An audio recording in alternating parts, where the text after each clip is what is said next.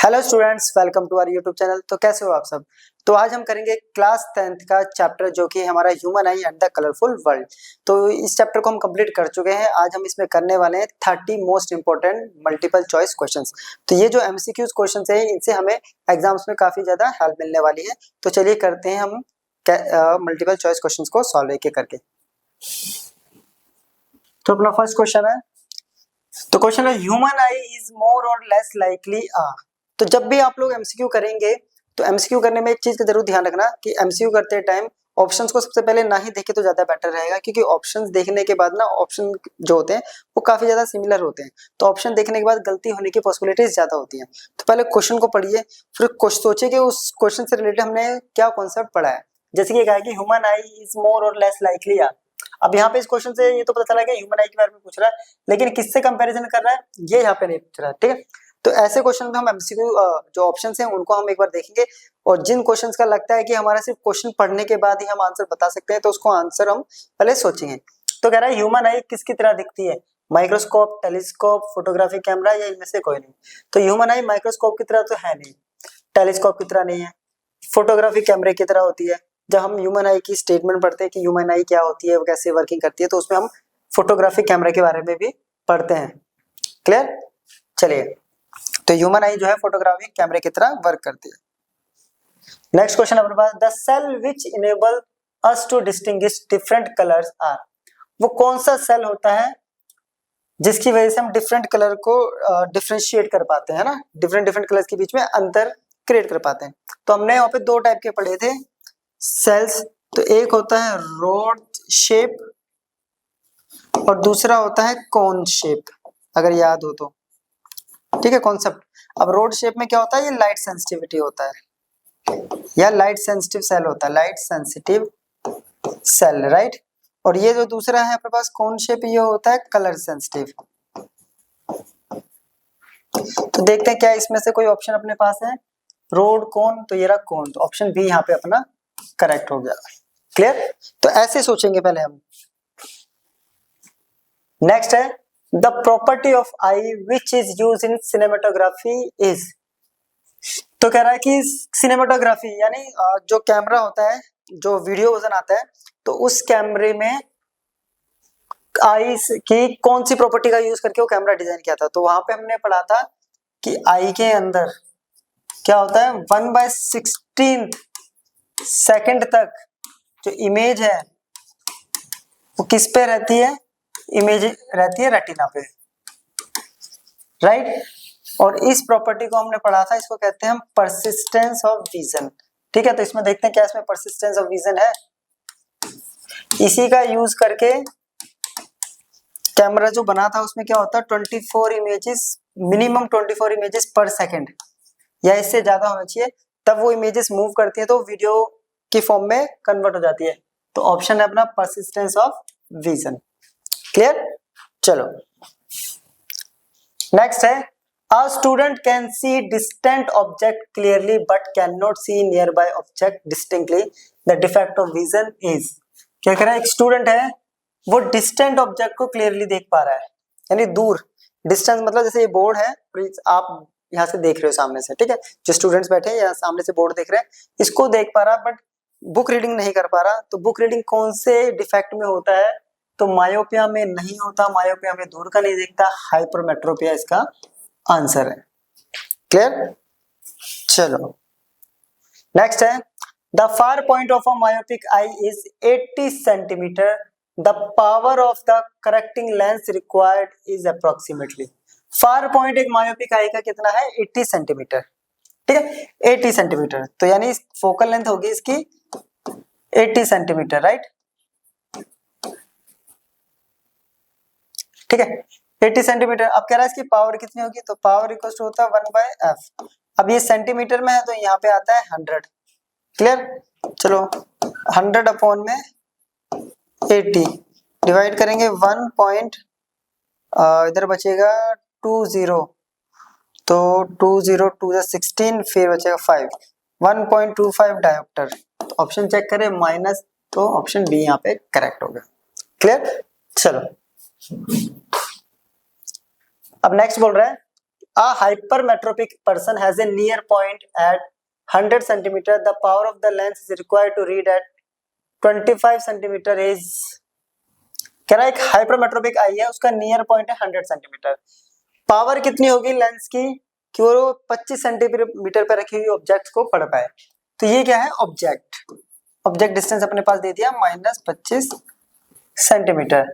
ये क्या है अपने पास, सिंपल सा ये हो गया अपने पास.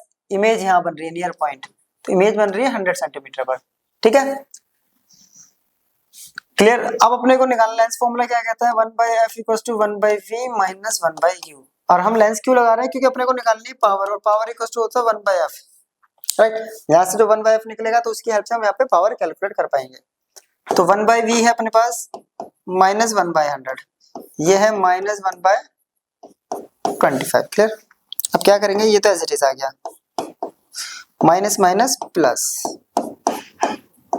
दोनों का एलसीएम लेंगे तो ये आएगा 100 से 100 गया 1 पर, 25 गया 4 पर, तो ये आ गया 3/100. 1/f की वैल्यू आ गई 3/100.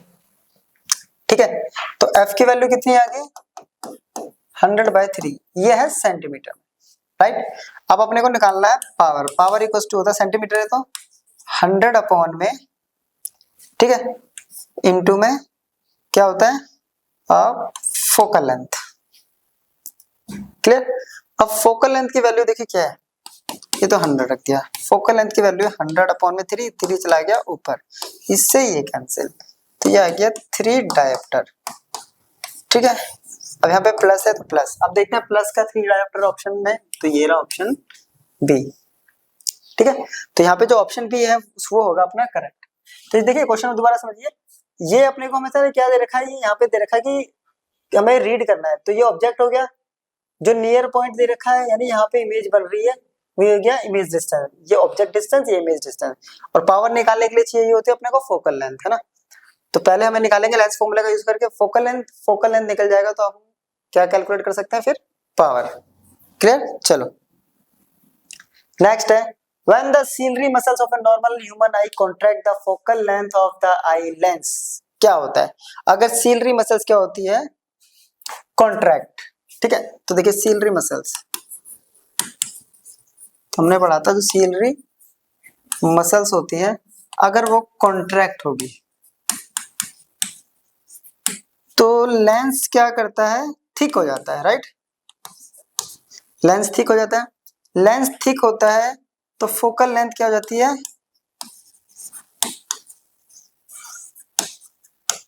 डिक्रीज्ड. राइट, फोकल लेंथ यहाँ पे हो जाएगी डिक्रीज. तो देखिए ऑप्शन है, तो ऑप्शन बी अपना यहाँ करेक्ट है. क्लियर. चलो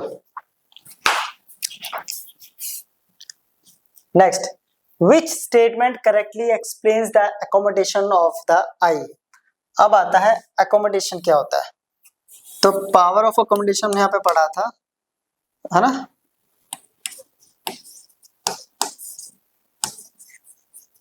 तो पावर ऑफ अकोमोडेशन में पढ़ा था कि इसके अंदर क्या होता है, फोकल लेंथ एडजस्ट करती है, फोकल लेंथ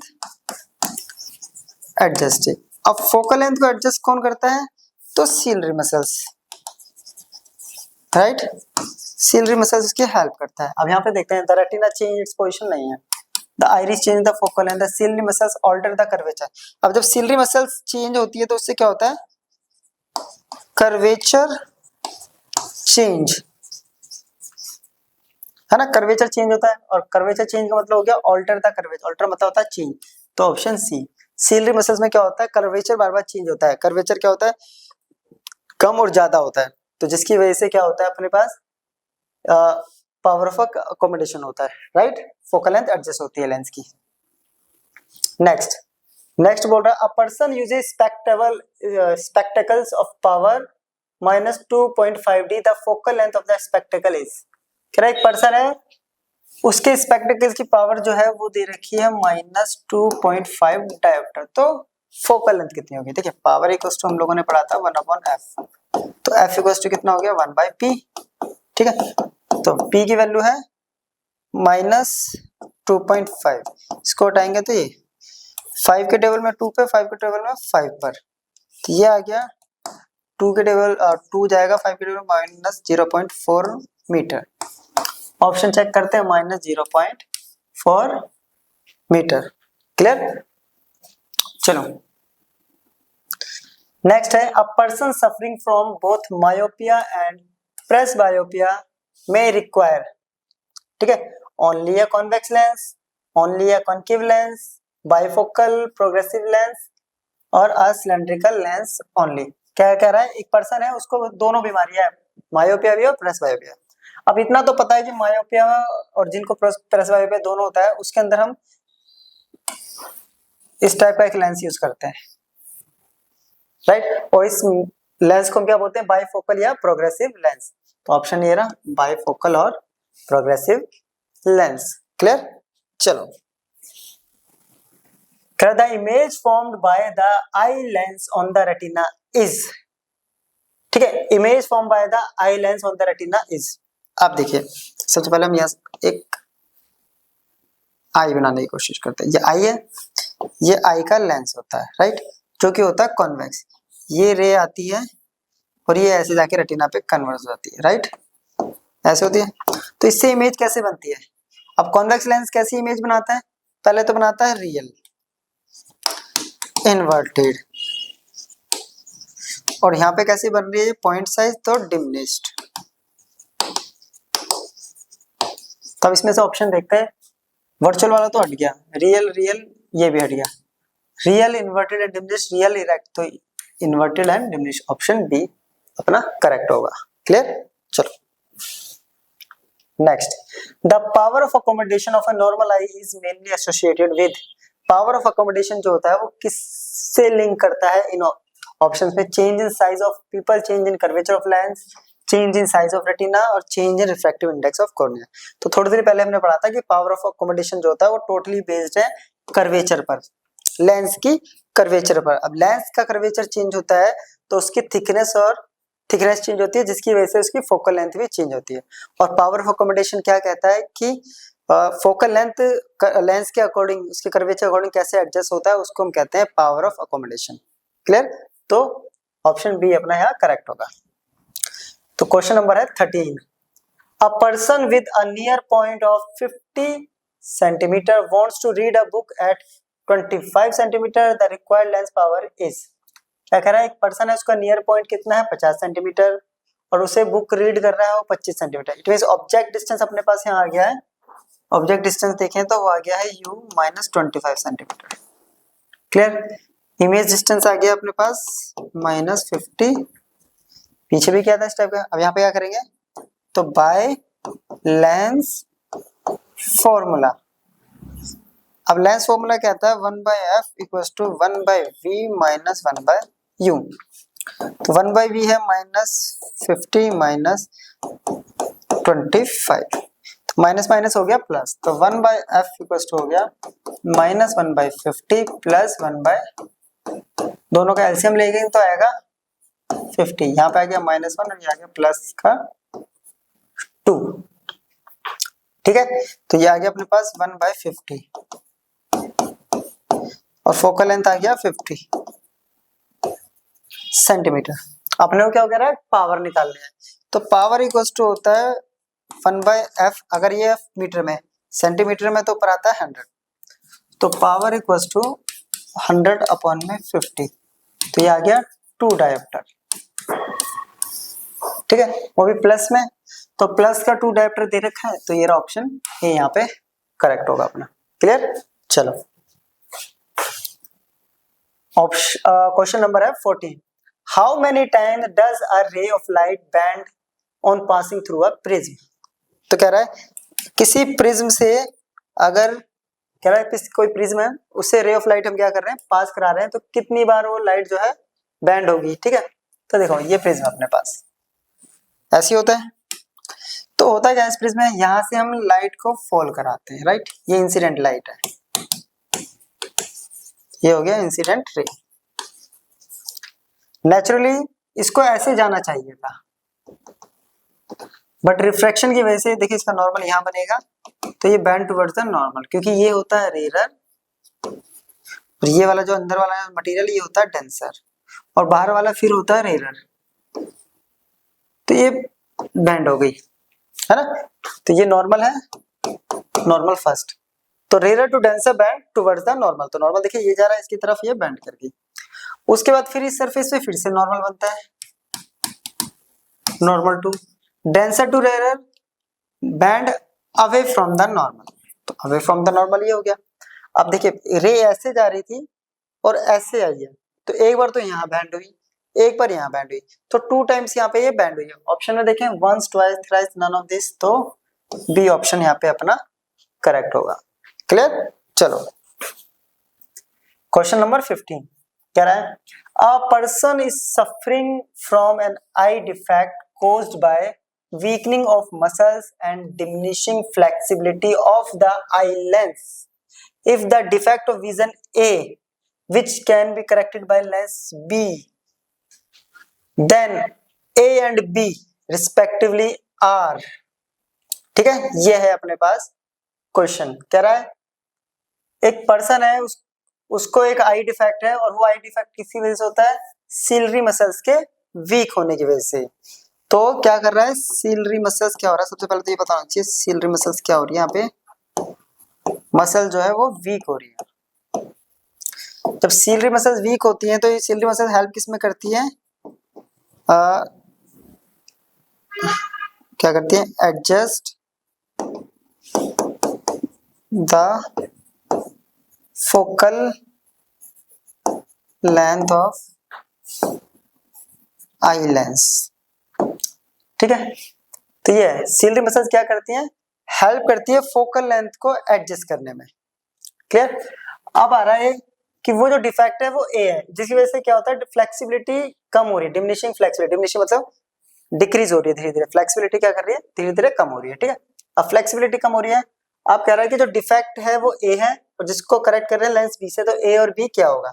अब यहाँ पे है कि सिलरी मसल के वीक होने से कौन सा डिफेक्ट यहाँ पे आता है। क्लियर। तो देखिए सिलरी मसल के वीक होने से आपके पास जो डिफेक्ट आता है वो होता है, हमारे पास होता है, वो होता है प्रेस बायोपिया, ठीक है। प्रेस बायोपिया। अब इसमें पहले ऑप्शन देखते हैं प्रेस बायोपिया कहाँ कहाँ पे, तो एक ही ऑप्शन है। और प्रेस बायोपिया के हम लोग प्रेस बायोपिया को करेक्ट करने के लिए यूज करते हैं हम बाई फोकल लेंस। तो देखिए बाई फोकल लेंस और presbyopia, option B. Clear. चलो कह रहा advance sunrise and delayed sunset are explained on the basis of. तो advance sunrise and delayed sunset, तो ये फिनोमेना हमने पढ़ा था, क्या पढ़ा था हमने, एडवांस्ड सनराइज और डिलेड सनसेट, इन दोनों में कॉमन क्या होता है, 2 मिनट का डिफरेंस आता है ना। तो ये 2 मिनट पहले दिखाई देता है और 2 मिनट बाद तक हमें सनसेट दिखाई देता है। ये जो फिनोमेना हो रहा था, ये हमने पढ़ा था, ये हो रहा था हमारा एटमॉस्फेरिक रिफ्रैक्शन की वजह से, एटमॉस्फेरिक रिफ्रैक्शन, ठीक है। तो जैसे मैंने बोला था कि पहले हम क्वेश्चन को पढ़ेंगे, उसके बाद अपना कॉन्सेप्ट सोचेंगे कि हमने इसके बारे में पढ़ा है या नहीं पढ़ा है, तो क्या पढ़ा है। तो एडवांस सनराइज और डिले सनसेट जो था वो एटमॉस्फेरिक रिफ्रैक्शन की वजह से होता है। अब ऑप्शन में मैच करते हैं, इसमें डिस्पर्जन ऑफ लाइट नहीं, ये तो कलर को स्प्लिट करने का, स्कैटरिंग फैलाना हो गया, टिंडल इफेक्ट नहीं, atmospheric refraction option number D. Clear. चलो क्वेश्चन नंबर 17 देखते हैं। कह रहा है which phenomena is not explain on scattering of light. इनमें से कौन सा फिनोमेना स्कैटरिंग ऑफ लाइट को एक्सप्लेन नहीं करता है। Red colour of danger signal, blue colour of sky, white colour of clouds, advance sunrise. देखिए ये एक्सप्लेन होता है तो ये ऑप्शन नहीं है, हमें बोला कि कौन सा नहीं करता एक्सप्लेन। ये भी स्कैटरिंग ऑफ लाइट से ही एक्सप्लेन हुआ था, ये भी scattering of light, advance sunrise, atmospheric refraction, ठीक है। ये भी अभी हमने पढ़ा था, इसका आंसर होता है एटमॉस्फेरिक रिफ्रैक्शन, राइट, रिफ्रैक्शन। चलो नेक्स्ट देखें, ठीक है। 17 क्वेश्चन यहाँ कवर कर चुके हैं, अब है 18th। The refractive index of glass is 3/2 velocity of light in glass would be. कह रहा है कि ग्लास का रिफ्रैक्टिव इंडेक्स है 3/2। तो ग्लास के अंदर वेलोसिटी क्या होगी? ठीक है, कि मान लेते हैं ये ग्लास है, ये लाइट आ रही है इधर, ठीक है, फिर ये बैंड हो जाएगी रिफ्रैक्शन की वजह से। यहाँ पे स्पीड ऑफ लाइट होती है c, यहाँ पे v, ठीक है। इसके लिए हमने पढ़ा था कि जो म्यू इक्वल टू होता है वो होता है c/v, राइट। ये दे रखा अपने पास 3/2, स्पीड ऑफ लाइट होती है 3 × 10⁸ v कैलकुलेट करना है, v को इधर लेके जाते हैं, 3 × 10⁸, नीचे आ गया 3, ऊपर चला गया 2, 3 से 3 कैंसिल, 2 × 10⁸ मीटर पर सेकंड ये आंसर है। मैच करते हैं 2 × तो ये रहा ऑप्शन नंबर बी अपना यहाँ पे करेक्ट होगा। क्लियर है यहाँ तक अभी? Next question, the sky appears blue mainly because, sky blue दिखाई देती है क्यों? तो यहाँ पे देखिए ऑप्शन देखते हैं पहले। Blue light has longest wavelength, गलत, ब्लू की लॉन्गेस्ट वेवलेंथ नहीं होती है, सबसे लंबी जो वेवलेंथ होती है वो होती है रेड कलर की। Blue light is scattered more strongly than red light. See देखते हैं, the atmosphere absorb red light, नहीं ये नहीं होगा। Blue light undergo total internal reflection in the, नहीं, तो ऑप्शन बी यहाँ पे करेक्ट है, क्योंकि ब्लू लाइट क्या होती है, ब्लू लाइट स्कैटर्ड ज्यादा करती है as compare to red colour, ठीक है, इसलिए स्काई का कलर कैसा दिखाई देता है हमें, blue. Next, the curvature of eye lens of human eye. अब आई लेंस का curvature fixed, can be increase, can be decrease, increases और decreases as the case may be. तो देखिए हमने कर्वेचर पढ़ा था, अब कर्वेचर क्या होता है, इंक्रीज भी करता है ना, और डिक्रीज भी करता है। जब कर्वेचर इंक्रीज करता है तो लेंस थिक हो जाता है, और जब डिक्रीज करता है तो लेंस हो जाता है अपना थिन। हमने पढ़ा था पावर ऑफ अकोमोडेशन में। तो कह रहा है कि फिक्स रहता है, नहीं, सिर्फ इंक्रीज करता है, नहीं, सिर्फ डिक्रीज करता है, तो दोनों इंक्रीज भी करता है और डिक्रीज भी करता है, ठीक है। चलो क्वेश्चन नंबर आ गया 21। When a beam of white light passes through a region having very fine dust particle, the color of light mainly scatter in that region। क्या कह रहा है कि बीम ऑफ लाइट है, व्हाइट लाइट, ठीक है, very fine dust particle के पास जा रहा है, बहुत पतले डस्ट पार्टिकल है उनके से क्रॉस हो रहा है, तो कौन सी लाइट स्कैटर्ड होती है? देखिए स्कैटरिंग ऑफ लाइट में हमने पढ़ा था 3 टाइप के थे, वेरी फाइन, लार्ज और वेरी लार्ज, ठीक है। ये very fine dust particle scattered करता है ब्लू कलर, लार्ज करता है रेड कलर, और ये करता था अपना व्हाइट कलर को, सारे कलर को इक्वली डिस्ट्रीब्यूट करता था, जिसकी वजह से व्हाइट कलर की लाइट दिखती थी, ठीक है। और यहाँ बोल रहा है वेरी फाइन, तो वेरी फाइन हो गया ऑप्शन नंबर सी, तो ब्लू कलर। चलो question number 22। During sunrise and sunset the sun appears reddish because, कह रहा है कि सनराइज और सनसेट के टाइम पे जो सन है वो रेड दिखाई देता है, तो क्यों दिखाई देता है? ऑप्शन है कि red light is scattered the most, ये हो सकता है। Blue and violet components are scattered away from the line of sight, ये पॉसिबिलिटी ज्यादा है इसकी। Red light has the highest frequency, नहीं ये तो गलत है। एटमॉस्फेरिक एमिट रेड लाइट, देखो क्या कर रहा है, red light scattered the most, और blue and violet component are scattered away from the line of sight. तो ब्लू और जो वायलेट कंपोनेंट होते हैं वो जहां से हम देख रहे होते हैं वहां से दूर भाग जाते हैं, तो ये ऑप्शन अपना बिल्कुल करेक्ट होगा। Star appears to twinkle because, star जो है वो ट्विंकलिंग क्यों करते हैं? तो ये जो था ये एप्लीकेशन था किसका, एटमॉस्फेरिक रिफ्रैक्शन, एटमॉस्फेरिक रिफ्रैक्शन। तो यहाँ पे ऑप्शन देखते हैं पहले, star continuous change their brightness, ये गलत है। Their light undergoes repeated reflection from clouds, गलत। Atmospheric refraction changes due to continuous varying air lens, layers, ठीक है। Stars emit light of different wavelength colour, तो ये किसकी वजह से होता है? Atmospheric reflection. एयर, अर्थ के चारों तरफ जो एयर की लेयर्स हैं तो वो डिफरेंट डिफरेंट लेयर्स हैं, उस डिफरेंट डिफरेंट लेयर्स की वजह से यहाँ पे क्या होता है? एटमॉस्फेरिक रिफ्लेक्शन होता है। Clear? Question number 24, which colour of visible light has the greatest frequency? किस कलर के पास सबसे ज्यादा फ्रीक्वेंसी होती है? तो फ्रीक्वेंसी देखिए, फ्रीक्वेंसी इक्वल्स टू होता है v बाय लैम्डा, और v सबके पास सेम होता है जो कि होती है क्या? Speed of light.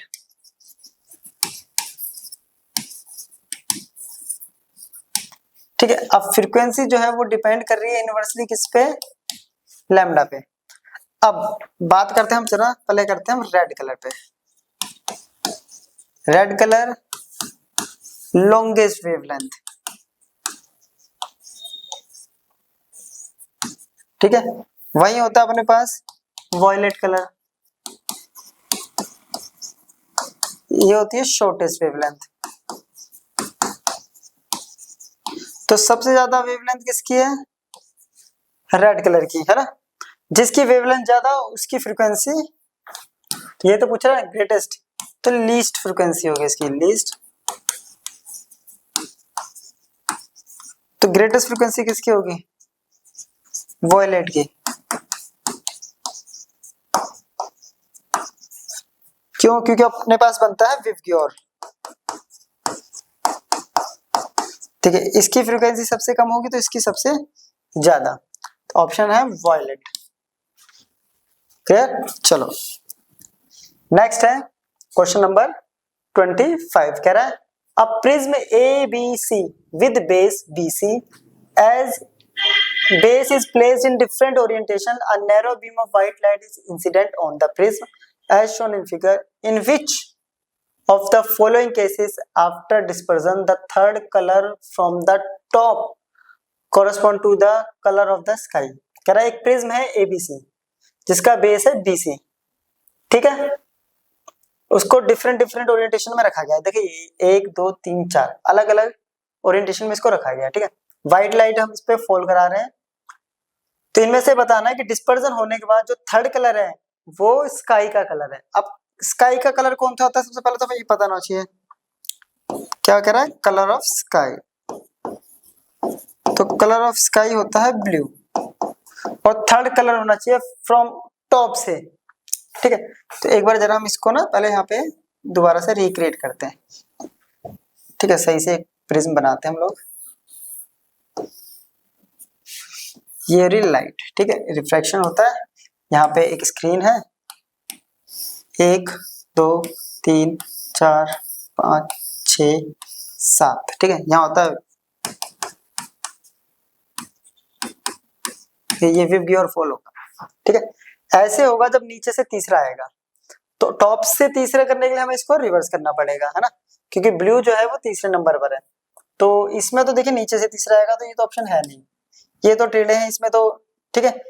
तो ऑप्शन क्या है अपने पास? ये रहा, देखिए साफ साफ दिखाई दे रहा है, इसका ऑपोजिट ये रहा। तो ऑप्शन नंबर सेकंड किसमें है? तो बी ऑप्शन अपना यहाँ करेक्ट हो जाएगा। क्लियर?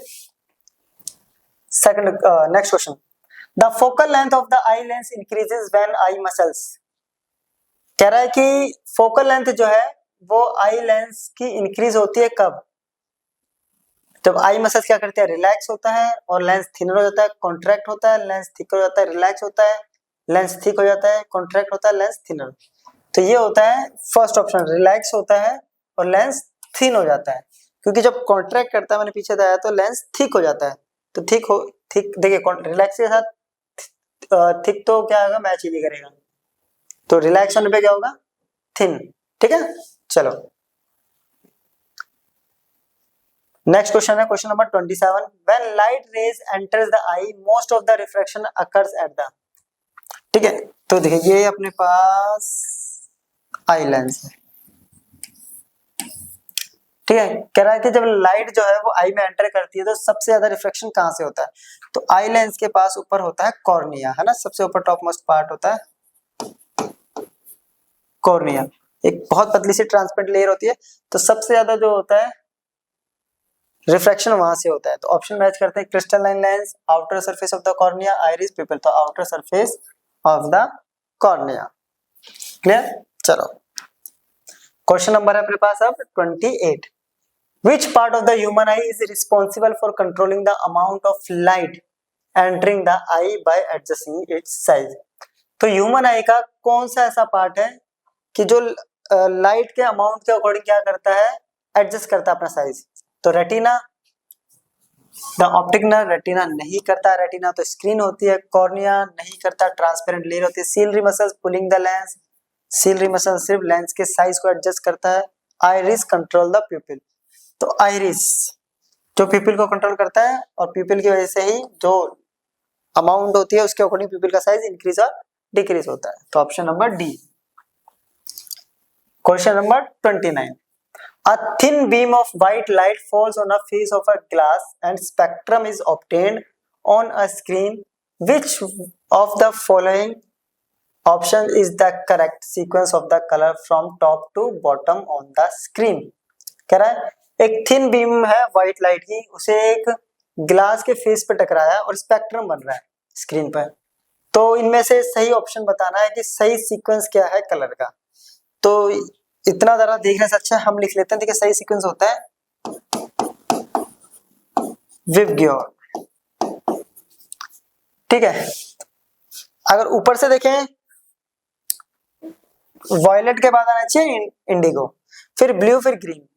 तो रेड रेड, ये तो चलो वॉयलेट वाले देखते हैं। वॉयलेट के बाद ब्लू, चलो ब्लू हो सकता है, फिर ग्रीन, येलो, रेड। ठीक है, लेकिन इन्होंने बोला top to bottom. Top to bottom में कैसे बनता है, ये होता है। तो विबग्योर ऐसे बनता है टॉप टू बॉटम, यहाँ होता है वॉयलेट और यहाँ होता है रेड। तो टॉप टू बॉटम हो गया, सबसे ऊपर हो गया रेड। तो रेड देखते हैं पहले, दोनों में रेड है। रेड के बाद आएगा ऑरेंज, ऑरेंज नहीं है, फिर येलो, येलो, येलो के बाद है ग्रीन, ग्रीन के बाद है ब्लू, ब्लू के बाद है वॉयलेट। तो ऑप्शन नंबर बी यहाँ पे अपना करेक्ट होगा। क्लियर। चलो